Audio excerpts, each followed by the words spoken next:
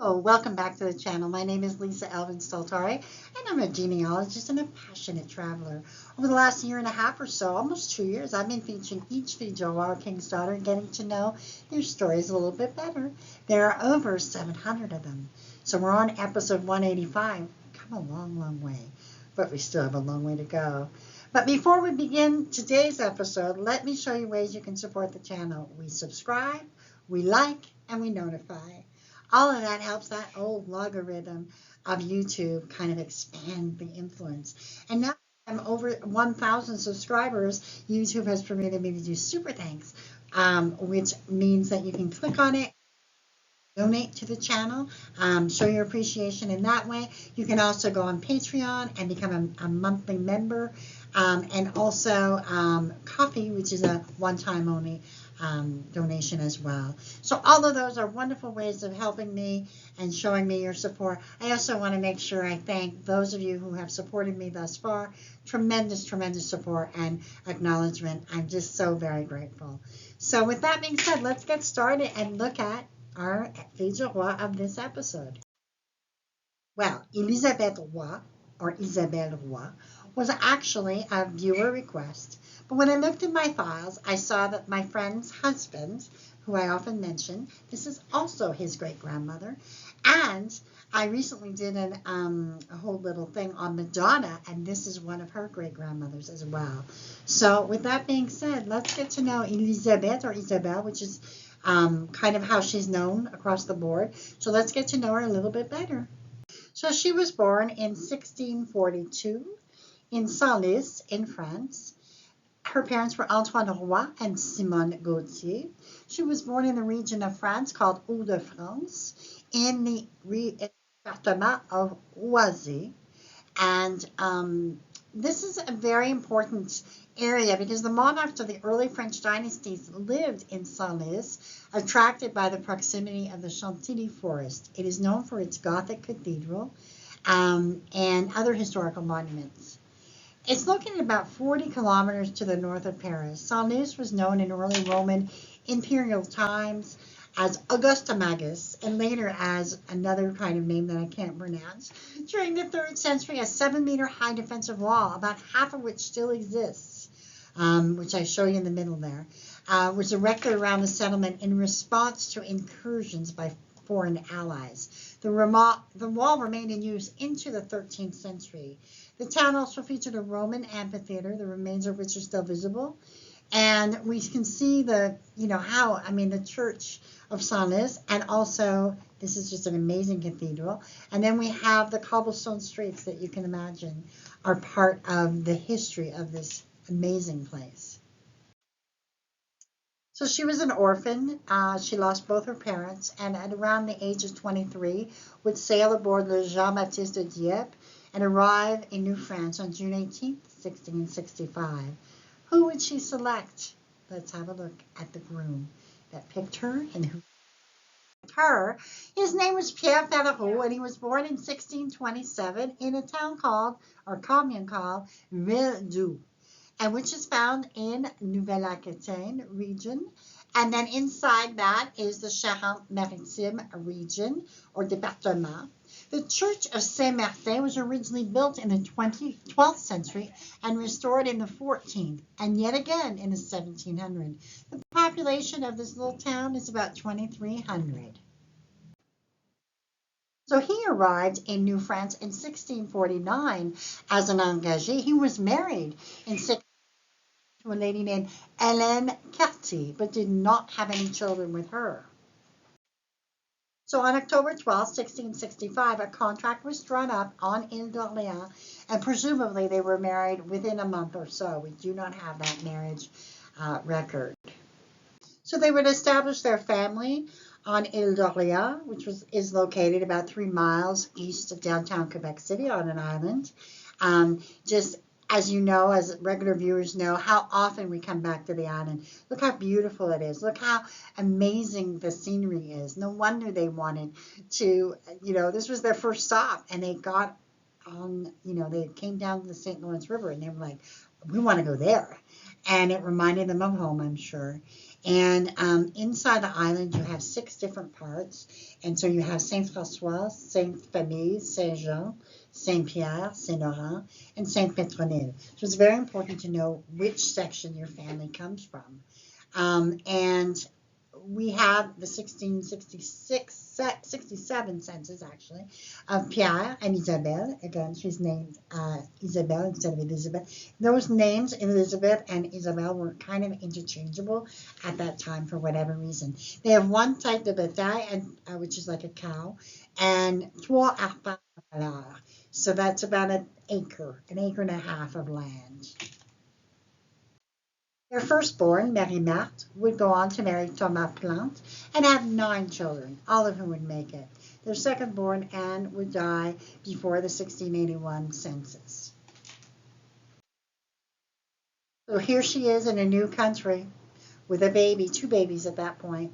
And she has a man who passes away suddenly. That's what it said, mort subitement. And he dies at the age of 40, obviously probably a heart attack. And she is left alone. What can she do? So, in true Quebec fashion, New France fashion, one man dies and then another arrives. Who is that man? His name is Antoine Leblanc de Jolicoeur, and he was born in 1649 in a commune called Noyon in France. His parents were Martin Leblanc and Marie Flegneau, and he was born in Hauts-de-France as well, and in the Osée department. There's 13,000 people that live in this town in Noyon, as we speak today. The river runs through the town. The river runs through the town, and the town's name comes from the Celtic origin, and which actually meant new field or market. And during the Middle Ages, the name became Novium, and the cathedral at Noyon was here. That was here that Charlemagne was crowned in 768. The cathedral you see picture dates from 1145 to 1234. So that's a very, very old town. And this is a modern day, just kind of a depiction of the downtown core. So Antoine Leblanc would arrive in New France most probably around 1664, and by the census of 1667, he had acquired 2 arpents à l'heure, about an acre, a little less than an acre of land. By January 26, 1670, Antoine and Elisabeth, or Isabelle, were married at Ile d'Orléans. Let's have a look at the family they created. So they would go on to have 5 children. Marie Marguerite would marry Nicolas Soulier and have 3 children, all of whom would make it to adulthood.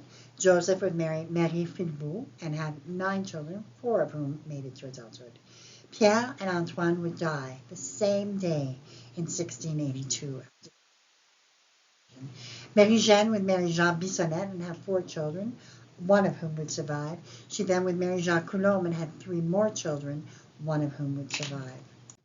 So, gone too soon. Antoine would die suddenly, December 18th, 1687. The second husband to die on her. I just can't imagine. Having lost both children, the 2 children that died on the same day, presumably had lost one of her children with her first husband. They lost her first, her second, 3 children. I have no words. This is really a tragic story. And so number 3, one man dies and another arrives. Let's see who comes to rescue our fille du roi. So husband number 3 would be Charles Flibault, and he was born in 1644 in the town of, or the commune of Saint-Lambert-la-Poterie in France. His parents were Jacques Flibault and Françoise Bandeau. It is actually the town of Saint-Lambert-la-Poterie dates from the 11th century when the church is dedicated to Saint Lambert, and the name La Poterie means where there's water. The population as of the last census was just under 3,000. It's located about 9 kilometers away from Angers, which is the largest town it's close to. It's largely an agricultural center, and it really exudes a small town feel. I just wanted to show you it is in part of the region called Pays de la Loire, and Maine-et-Loire is the department. Charles would come to New France sometime after 1667, as he is not in any census. He marries the first fille du roi, Anne Geoffrey, with whom he does not have any children. Upon her death, he marries fille du roi Marguerite Rousselot in 1673, with whom he has 6 children. Upon her death, on December 17th, 1687, he is now free to marry. With 5 living children under the age of 10, he needed to find a wife, and fast. In a terrible twist of fate, Elisabeth's husband had died one day after Margaret in the same small village of Saint Jean. It is extremely likely that they knew each other. After waiting about 5 months, they would marry at Ile-d'Orléans in Saint Jean, and this would be their 3rd marriage for both of them. And here is an example of blended families. We have the Pelliot, the Leblancs, and the Fliboux, all kind of merging together. Just amazing. You know what? They had to do what they had to do. So sometime after celebrating 20 years of marriage, thank God she made it with husband number 3, she did pass away sometime after 1709. She was approximately 67 or thereabouts. Her descendants, as of 1729, would number 134 just in that short amount of time. Charles himself would pass away on 1730 at the Hôtel Dieu Hospital, but for some reason they thought he was 111 years of age, but from what I gather, he was about 70, you know what I mean? So not really sure why that is, but that's what it states in the record. So, but they obviously managed to make a life for themselves and blended their families, each of them becoming stepmother and stepfather to each other's children. I just think that's a beautiful thing. The lasting legacy here of Pierre Pelleroux, who's listed on that monument. This is the very first fille du roi that I have who's actually on there twice. It looks like it's different people, but it's not. It's Isabelle and Elisabeth Leroy. And so this is her first husband and her second husband. So she's listed on there twice. So guess what? That's an amazing feat for an amazing woman. As always, I want to make sure you know all of the different sites that I use, and I also want you to encourage you to explore your roots even further. Again, I always have said the same thing. My purpose in doing these videos is to make sure you have a snippet, a kind of a broad overview of your particular fille du roi, and then from there you can take it even higher and deeper. And so with that, I hope I've started you off on your journey, and certainly I want to make sure that we always honor these amazing women. So what can I say about Elisabeth or Isabelle Roy? She was an amazing woman, wasn't she? 3 husbands, 134 descendants, just kept going and kept going and kept going. The only woman I've done thus far who's on that monument at Ile-d'Orléans twice. Just want to acknowledge that she truly was a superstar. To me, when I was researching her, I went, wow, oh my gosh. She just kept going and going and going. No matter what happened, she would just endure. And for that, we thank her for her contribution. We bless her memory. And we are so grateful that she came to our shores. And with that, I leave you until we see you on episode 186. Au revoir.